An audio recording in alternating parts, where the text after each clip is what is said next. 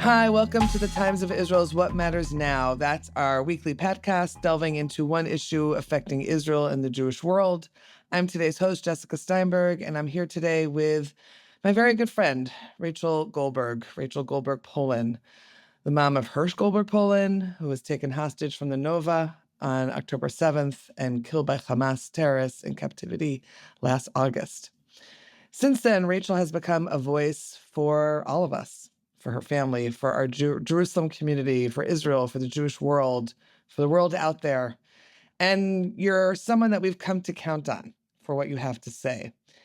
Today, we're here to talk about this moment in time, and most critically, concepts of thankfulness and gratitude. How does one hold on to some level of gratitude to God, to family, to community, to whomever, when the world around us is so challenging? So, Rachel, first of all, hi. It's very, very good to see your face. It's good to see you too, and thank you so much for having me. Um, Ever challenging times. Ever challenging times. So, let's get started. Rachel, as we all know, you have been thrown into a nightmare and you've become this person known for your eloquence, your efforts, in a sense, to refocus any of us to the idea of a greater good. And then, and I'm talking about the first year, and then you were thrown into tremendous mourning, and yet you still remain, for many of us, this beacon of hope. And I'm wondering, to start off with, how do you find the words that you need to find every single day to speak to people, to groups, to individuals, to the media? How do you do it? I think a lot of it is pretend and tremendous emotional, psychological, and mental acrobatics that I'm constantly in dialogue with myself, with Hersh, with God, with Jon, with my girls, with my closest friends, constantly trying to direct myself and not to fall over the edge. Meaning, I think that all of us at different times when we are suffering, there's this tightrope where you can do what is written in the book of A Fine Balance by the author Mystery, when he talks about the fine balance of you can tip over to despair or you could tip over to hope. And I do these tremendous efforts to tip myself over to hope, but is it is a humongous effort. I people have heard me talk about I happen to be a believer, thank God. I say all day long, thank God I believe in God, thank God I believe in God. And the moment I open my eyes, I am still always saying the prayer that many Jewish people say upon waking, the Modeh Ani prayer of, I'm grateful to you, God, for giving me back my life. You have tremendous faith in me. And that's why I woke up again today. Many people do not wake up, many people did not wake up this morning. There are millions of people around the world who died today. For some reason, I was given back my life. And therefore, what am I going to do with my life? Because the universe has decided I'm not done. I still have my why. I still have my purpose. I still have my challenge ahead of me. And so I start my day with this very grounding statement. And then I immediately say to Hersh, be with me, my sweet boy. Let me feel your love and your light today. When you get up, before you get out of bed? Yes. Yes. And so it's sort of my orientation to how do you face the day? And then I happen to be someone who I actually very much get a lot of strength from davening, from praying every morning. And so, I come upstairs and I drink my coffee or my tea or whatever. And John's Your hot water with lemon, I thought? No? I've never been a lemon, but sometimes I do the hot water plain. Yeah, going back to my shtetl roots of very hard times. And then John's usually up before me. And then when I go to pray, there's a prayer that a lot of people I don't think say the very, very opening prayer. And again, this makes it sound I don't want to disenfranchise people who are not religiously connected or people who are not, this doesn't speak to them. I'm just telling you what I do that Yeah, helps yeah. me, which is there's a prayer in the very, very beginning that a lot of people skip when I was growing up learning, when I learned how to pray, we didn't do this prayer, but it's a prayer that says, God, the soul you placed within me is pure. You created it, you formed it, you breathed it into me. You guard it while it is within me, and one day you will take it from me. Now, I say the whole prayer. It's a paragraph. It goes on. I say that in Hebrew, and I say it from me to God. Before I even start praying, I say, God, Like a preparation, a meditation. yes, help me pray. Prayer is a hard medium. Speaking to the universe is a hard concept. And then I say to Hersh, help me, help me. And then I say that prayer. So that first prayer I say in Hebrew from me, and then I switch to the English and I say it about Hersh, meaning I actually say out loud every day, I say, my God, the soul you placed within Hersh is pure, is in the present. You created it, you formed it, you breathed it into him, and you guarded it while it was within him, and one day you took it from him. And as long as his soul was within him, I thanked you. And I still thank you because his soul still exists. I actually say, and that's how I begin my prayers, is I'm already making this statement to the world, to myself, this child still is here. He's here in a way that I'm frustrated because it was so easy to see him and smell him and touch him and kiss him and love him because he was so obviously present. And now I have this huge challenge, as does everyone who's lost loved ones, like spouses, parents, children, and not even since October 7th. I'm saying in the history of humanity, we have all suffered losses. We've all suffered blows. And how do we move forward from that? And so for me, it's this constant saying, when you ask about how do you remain thankful, how do you remain grateful, sometimes we have some dear friends who have two daughters, and I look at them and I think they're so blessed. They have these two beautiful, vivacious, dynamic, talented daughters, and I think, and me too, me too. And those people are not missing anything. And and I had, and still have in a different way, but I had this magnificent gift of Hersh. And I am so grateful that I had that. Now, of course, it's challenging and difficult, and that's on a good day. And most days, it's not a good day or bad day. Most days, there's sprinklings of both, right? There's the challenge, and there's also the laughter. There's the pain, and there's also the pride in my girls. There's I say the inhale of excruciation and the exhale of feeling blessed. And we as human beings can juggle. I didn't know that because I was never I have always been a non-multitasker, a unitasker. And I was honest about it. When I would interview for jobs, I would say, listen to me, I'm a unitasker. I'm a slow learner. It takes me a long time, but once I master it, I'll be good at You're it. there. And people like having me around. It'll be fine. So just take the risk. But most people in an interview say, I'm a multitasker and a fast learner.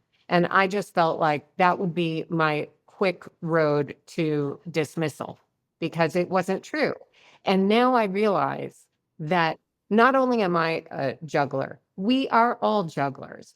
And the challenge for me personally at this moment, what I feel, and I think all of us feel to varying degrees, but what I personally feel is I'm juggling. I'm not a good juggler, but I am juggling a ball of fire, a ball that is coated in MRSA, and a ball that is coated in razor blades. So it's unbelievably, it would be difficult if they were three normal sized juggling balls, but they're not. And so that's the constant challenge. And I think everyone to varying degrees has those exact same challenges. I'm not unique. It's just that I had this crazy, Well, your balls are very different than maybe other people's balls. maybe, and also I think it's that it was very public and continues to be very public, you know, while Hersh was stolen and tortured and starved, that was very public. And even by Passover of 2024, it was extremely public because there was the video that was released of him. And then we have, obviously, when the beautiful six were killed, and we were notified that night between August 31st and September 1st, then it was this whole other being thrust into this other very public, instead of hopeful torture, it went to eternal devastation in many ways. And that is challenging. So I think it's challenging for anyone when anyone loses anyone, but to do it in a way where it's very public is really hard. And I think that I fall short many times. I mean, you're being very kind. I don't think you're going to have a lot of agreement on that, but No, but okay. no, people know it because I'm not great in person, meaning even just, what day is today? I feel so confused. But on the second day of Rosh Rosh Hashanah. Hashanah at shul, as I was leaving shul, a woman who I don't know came up behind me and she put her hand on my back. And it's like, I mean, I jumped like she had stabbed me. And I'm sure I don't know her. And I felt bad because she said she felt bad and she said, like, I want to tell you I'm with you, which is the kindest thing someone can say. And I mean, I put my You shoulder, shied "Oh, away thank from it. you," and I turned around and walked away. And that's what I mean. And I hope, I don't know who that woman is. I hope she forgives me. I'm broken. I'm truly broken. It's just that I used to say to the kids when they would leave for school in the morning, I remember if they would say they didn't like a certain teacher. Oh no, I have, whatever class it is today, and I don't like her. I would always say, fake it till you make it. And I'm doing that. I'm trying. I'm trying. There are more eloquent ways to say it, and people who do real self-improvement have better mantras. But I am faking it. I'm faking it for myself and hoping that I get there. That I get there. And I said I was in Toronto last week speaking to these incredible women. They were so lovely and open, and I felt like it was group therapy, except only I was speaking. So thank you for your patience. And I said to them, because the question was something, very flattering, very kind, very generous.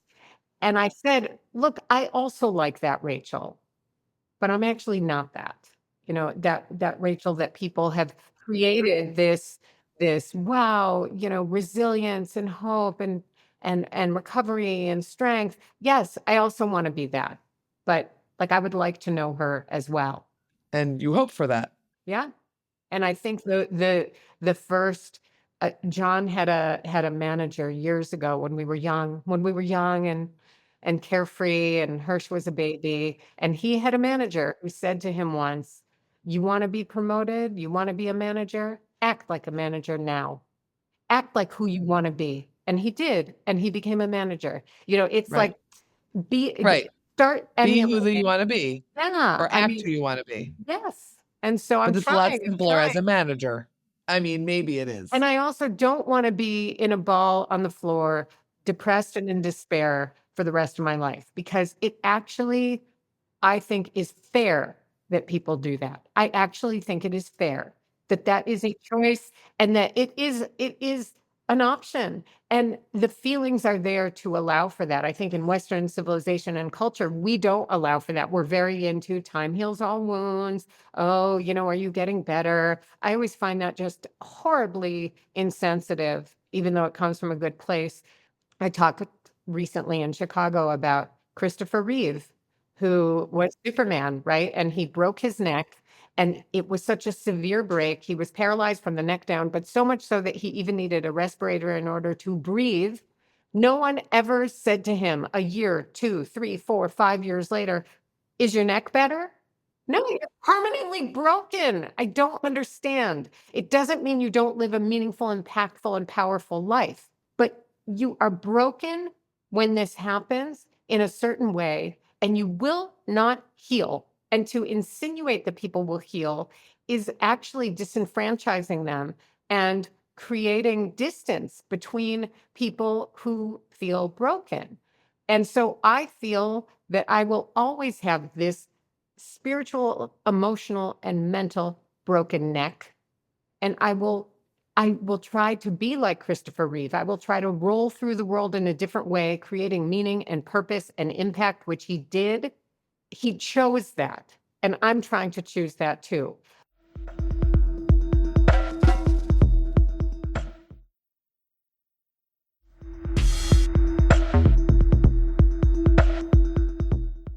I wanted to ask, is that what your public, I know you're not thinking of it as a persona, but meaning this ability to share, to be eloquent, to talk to people, does that does it actively help you right now? Does it help you move forward, not just speaking to your people all the time and to yourself, but speaking to people who don't know you?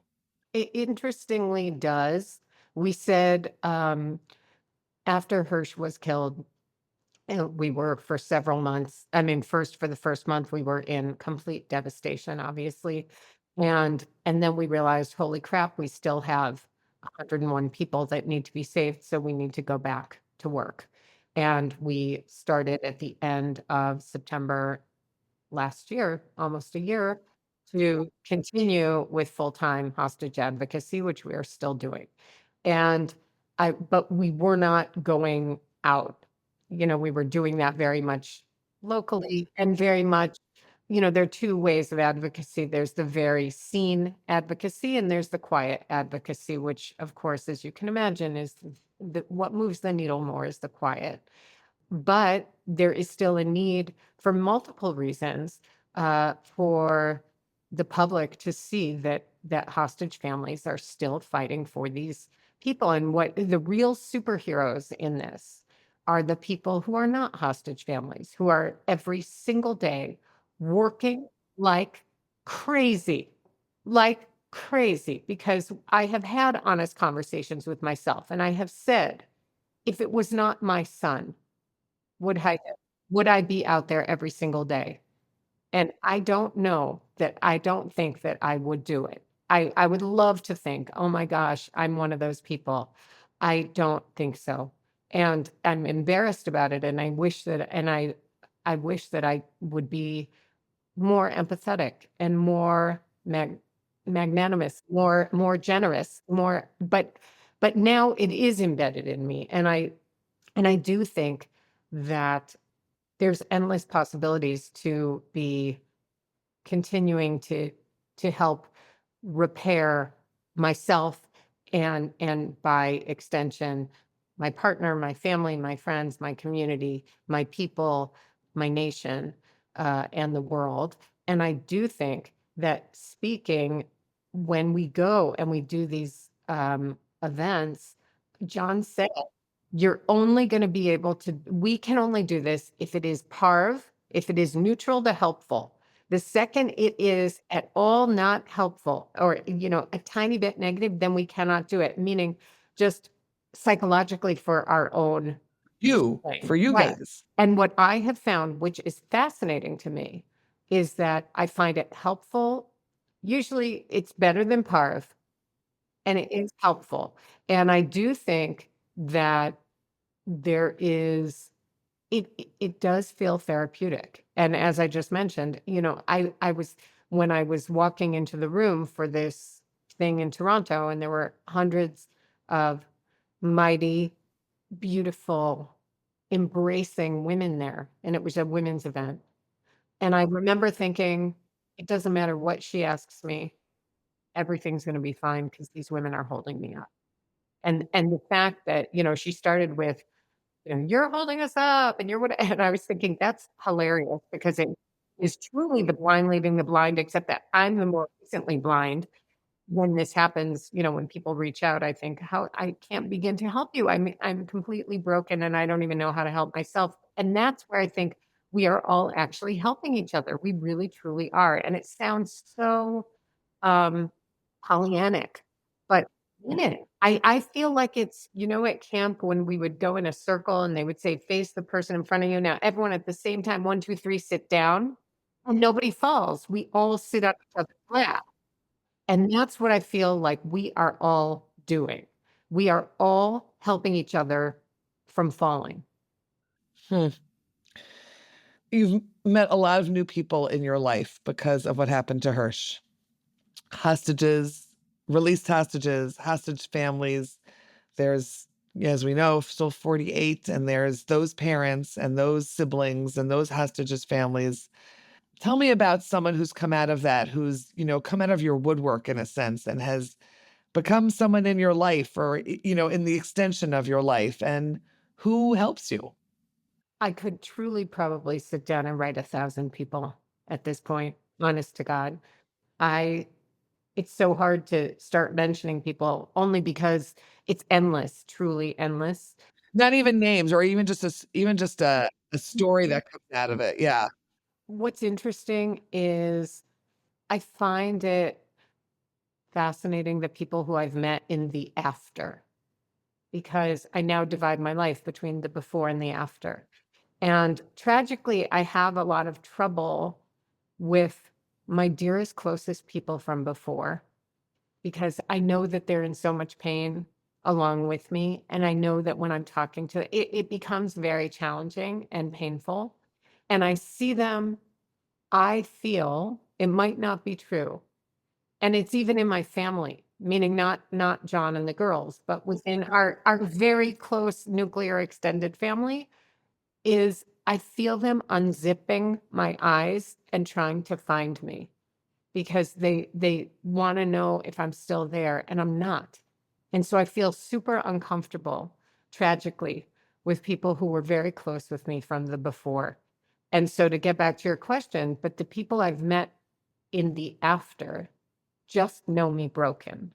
And Libby, my daughter, said something extremely profound. She said, it's like someone who had a really terrible feeling about their nose their whole life, and then they had a nose job, and then they meet people in the after nose job, and they feel more comfortable with them because they feel like you never knew me before when this defined me. Now I have the opposite, of course, but it's that people who met me since I've been in this tortured, tormented state, that's all they know. So Is tortured Rachel. yes, tortured, Yeah. broken Rachel. And Yeah. and so their expectation is different, I think. And so there are so many people who are still part of Team Hersh who came to us after this happened, who have been with us and are still with us, who are very helpful. There are also, I think of just these moments of when we've traveled around the world. I will mention this one person because I thought she was so incredible when I met Romy Cohen, who is Nimrod Cohen's twin sister. Nimrod is still being held hostage. And Romy came with us to Rome back in November of 2024. So in 2000, excuse me, 23. So it was so fresh. It was so fresh. She was all of 18 or 18, 19. right. Yeah. And she spoke with the eloquence of an orating queen. She just in English. And I remember thinking, how is this young woman, this child, standing up in these rooms that we were standing in and doing this? And it was from a place of complete mission to save her brother. And Who is still held captive, yes, just reminding our yes, listeners. yes, yes. Um, and he's held hostage and he's alive. Yeah, he And is. and he will come home. He will. He will come home alive. And but it's moments like that. We've met these just angels who have taught me that there is true love, strength, hope, power, faith in the world, which I've never lost that, but it's wonderful to have it reaffirmed, all the more so by these young people. The young people are the ones who we are asked a lot to go and speak to groups. And John always says, we have to speak to the young people. We get the most chizuk, the most strength, the most courage from the young people. We were just speaking yesterday to someone who's quite, I'm not going to say how old this person is because I don't want to insult anyone. And, but, this is someone who we consider, they're kind of old, but they're very wise, but they're old. And John even said to this person, it's enough. It's enough with us old people. We're including us in the old people. Yeah, yeah, yeah. Um, Yeah. and it's it is something we have to clench onto, and even we're saying, who do we groom? Like, who of this younger generation of incredible, visionary, very motivated, packed with potential, these young people, how do we help groom them so that it's not going to happen tomorrow? But what about 10 years, 15 years? How do we get these people to be the people leading us out of Egypt? Yeah. Yeah. I mean, we have to hope that people who came out of this disaster of disastrous proportions are going to be willing to do that and are going to be ready to be groomed. But I think you're right. I'm thinking about released hostages. I'm thinking about all kinds of people who have come out of this. Yes, yes, a million Yeah. times. Rachel, it's such a complicated time of year, the high holidays, a lot of time in synagogue if you're someone who prays a lot, which we know you do, and we know that you're telling us how much it strengthens you and helps you. Daily prayer is very different from high holiday prayer. I was thinking a lot about you over Rosh Hashanah in shul in my synagogue, not that far from yours. And I know it was hard for me to say a lot of those prayers. Sometimes I could just stare at the ceiling or stare at the window. And if you're willing to talk to us a little bit about that, this is going to run right before Yom Kippur on Wednesday night, Thursday of next week. And I'm wondering what you can tell us about how you pulled through that, how you and John and the girls and whatever you want to share. The first thing is that I had hoped to go to our dear friends Matt and Yael. We're having a small prayer service in their garden, which I went to last year for Yom Kippur. That was right after we had buried Hersh. And I had hoped to go for Rosh Hashanah this week. And then John told me a few days before Rosh Hashanah, oh, by the way, I'm going to be the shofar blower at our shul, at our synagogue, our temple. And so I thought, well, there goes my plans to not be there, to be with a smaller group of people, because I knew hundreds of people would be at our shul. And I just thought it would be a bit overwhelming. And then, so first of all, I went with the girls, and we went to our regular synagogue, Hakel, which is made up of true, godly, divine people. There's not one person in that synagogue who is not so evidently and obviously kissed by God, and they are good to us. And so we went, and John blew the shofar first day, which was obviously very emotional, cracking open the heavens with the father of someone who, you know, went through a very traumatic end of his life. And obviously, the liturgy you're talking about rings very true to me when you're having these images in some of the traditional liturgy of, on this, during this time of year, God is deciding who's going to live, who's going to die before their time, who's going to die in the ripe old age, who's going to die by fire, who by water, who by, everyone's heard the song. And again, what was interesting for me during those parts is that I was saying to myself, I had bought myself a new machzor, a new prayer book, in September of 2023, because I needed the print to be bigger, because I am old and I didn't want to wear reading glasses because they get confused. So I bought a bigger machzor, a bigger prayer book in 2023, and I used it. And I really felt good about my praying during those high holidays, during Rosh Hashanah and during Yom Kippur.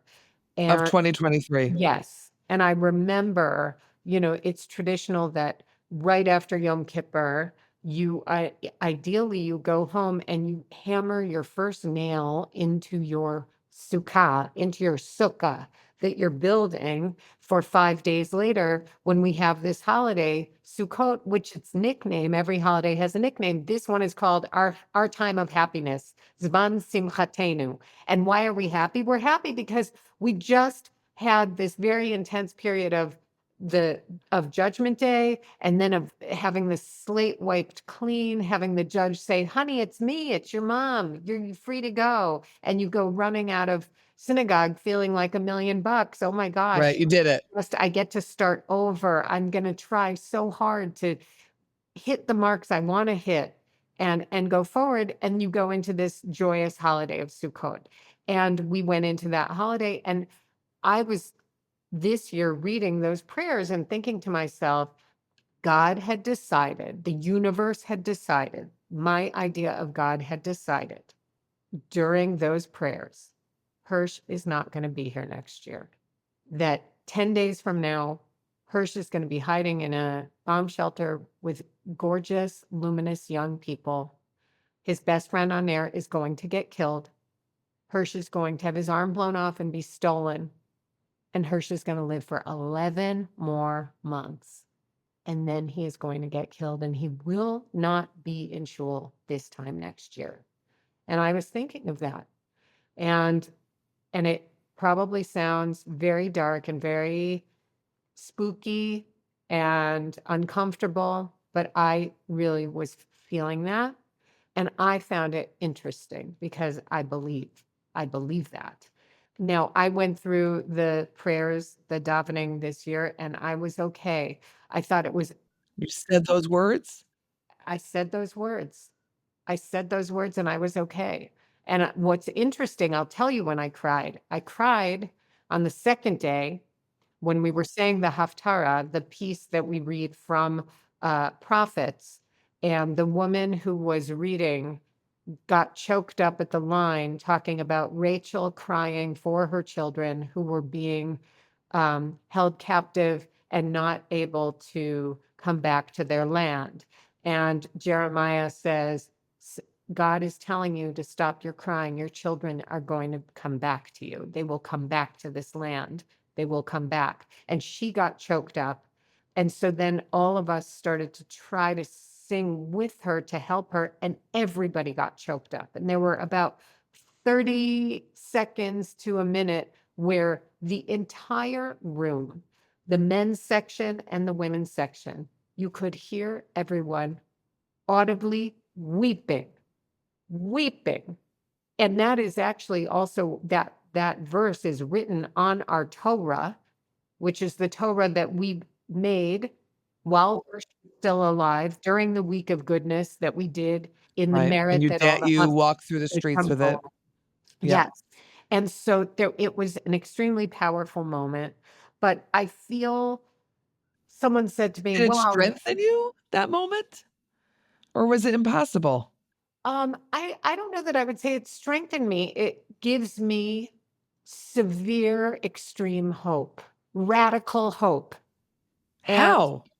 because it is, if you believe in the power of words, which I do, then I think it will happen. And I know that it's only 2 days in. That was the other issue is, we finished Rosh Hashanah and everyone said, "Oh, you made it through. We know it was so hard," and da da da da. I said, I'm like 10 minutes into a marathon, people, because everyone keeps doing, and I know, again, I preface this all the time because I really truly mean it. I know everyone is doing all they can to be helpful and kind and loving and hold us up. But sometimes it's actually painful. So when people write and say, "Oh, it's so hard for you," they tell me how I should feel, or they say how they feel, or how they would feel. I don't find that helpful. Other people really do, though. So I'm not saying don't do it. It's just that unfortunately for me, it's like it doesn't work.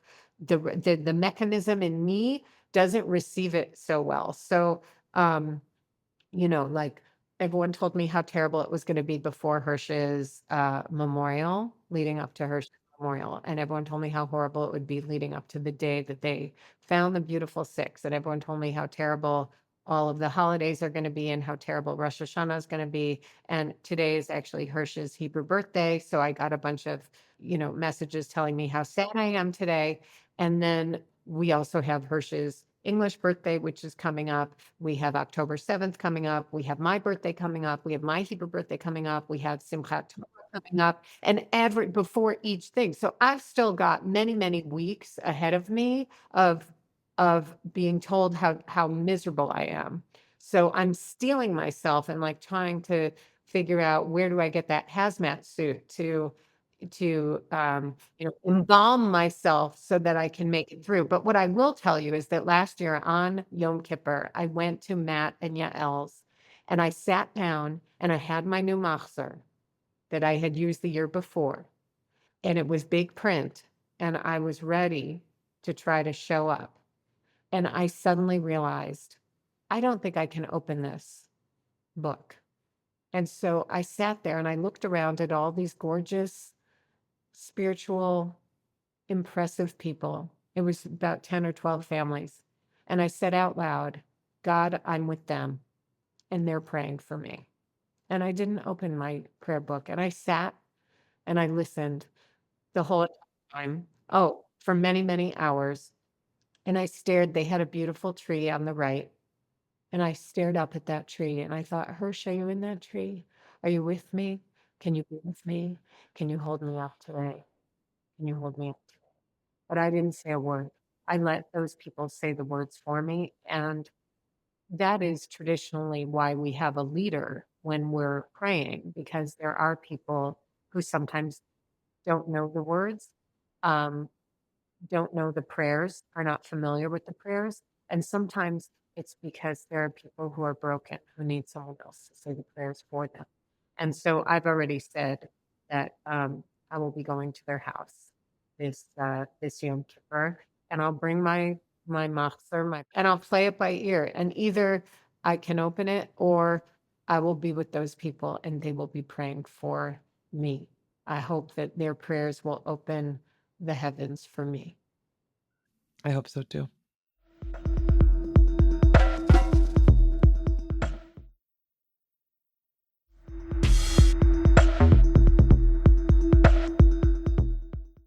I'm going to ask one last question.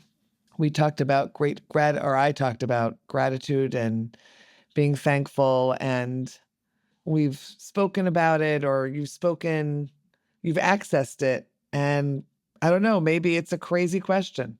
What are you able to be thankful or grateful for? I know you've spoken about being grateful for having had Hersh as your son, the perfect son for you, which makes so much sense. And I know you're grateful for many things, but right this second, is there something you can say that you are grateful or thankful for? They're truly, thankfully, thankfully, I'm thankful that there are endless things to still be thankful for. I'm so endlessly grateful for Jon. I don't know. Now I see how wise and interesting and clever God is. That I met Jon Polin when I was 13 years old.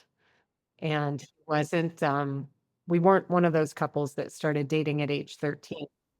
He was a young 12 and we were the same height, and he was very funny and great sense of humor, but we were not dating. Nothing, none of that like childhood romance. But that is when I met him. And it's just fascinating because everything happened in the way it had to happen so that I would meet him years and years later and marry him and have this incredible partnership, true ezer kenegdo, true that's how it's described in Bereshit, in the book of Genesis, when it talks about what Adam and Eve were supposed to be for each other, these helpers who were opposite, and we really are. And that we had these three incredible people join our lives that we created with the help. They say that every person on earth has three parents: the parents and God, And to have all of these friends and this community and people around the world who, especially my old friends from the before, who I've given them really, truly, I've been such a terrible friend for these 2 years because I'm so fractured and shattered, and they don't they don't leave.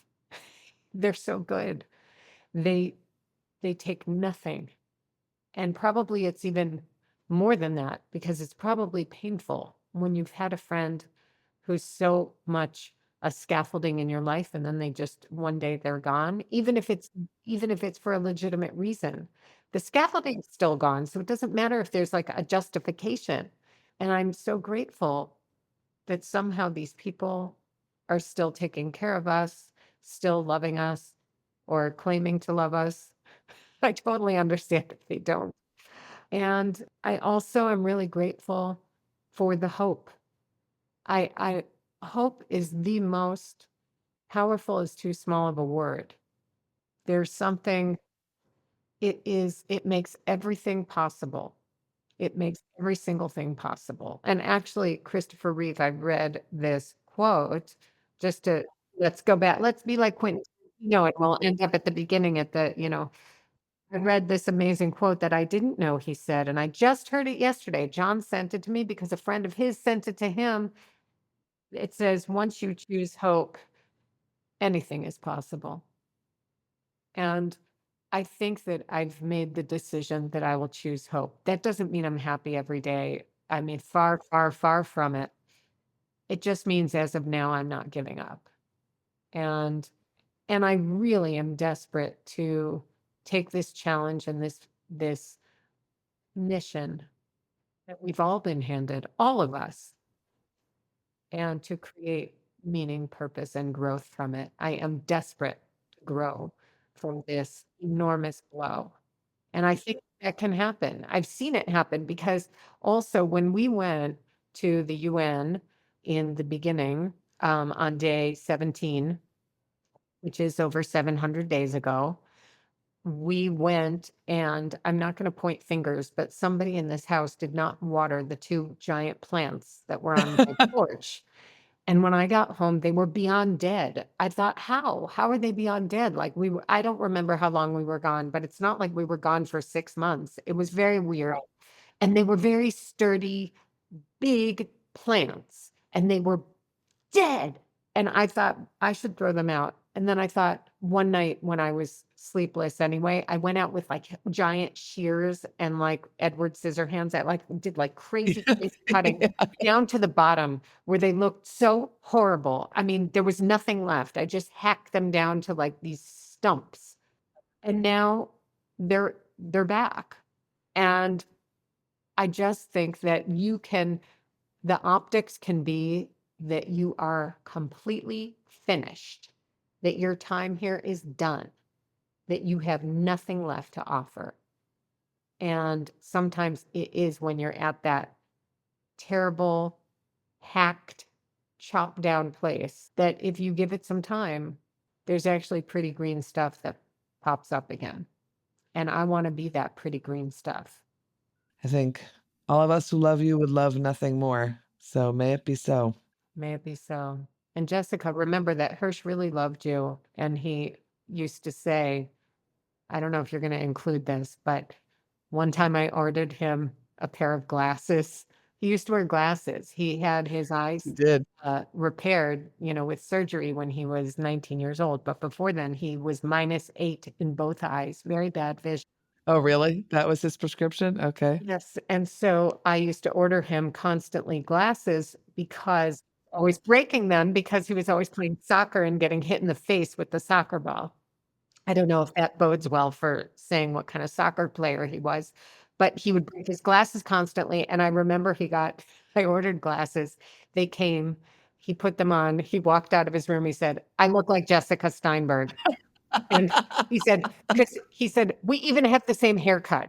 He had the same haircut as you, and it was in our old apartment, which means he was 12 or 13. Right. Yeah. So Yeah. He even borrowed my hiking boots once. he did. He Do you did. remember that? I do. Which I thought was I didn't make too big of a deal about it because I No, didn't you want have him to to. play it cool Yeah, because very cool. otherwise they get very defensive, these Yeah, yeah, young people. obviously. All right. Rachel, thank you. Thank Jessica, you. thank you. And may it be a Shana Shel Tikva, and may we see miracles and freedom and healing and relief. Relief. Yeah. Beautiful relief. Shana Yoter Tova, we keep on saying, but relief is really what it is. Thank you for listening to the Times of Israel's What Matters Now. Stay tuned for tomorrow's podcast installment. This episode was produced by the Podwaves. As always, feel free to recommend us to other listeners and rate us wherever you find your podcasts. Thank you for being with us. Thank you for listening. Talk to you soon.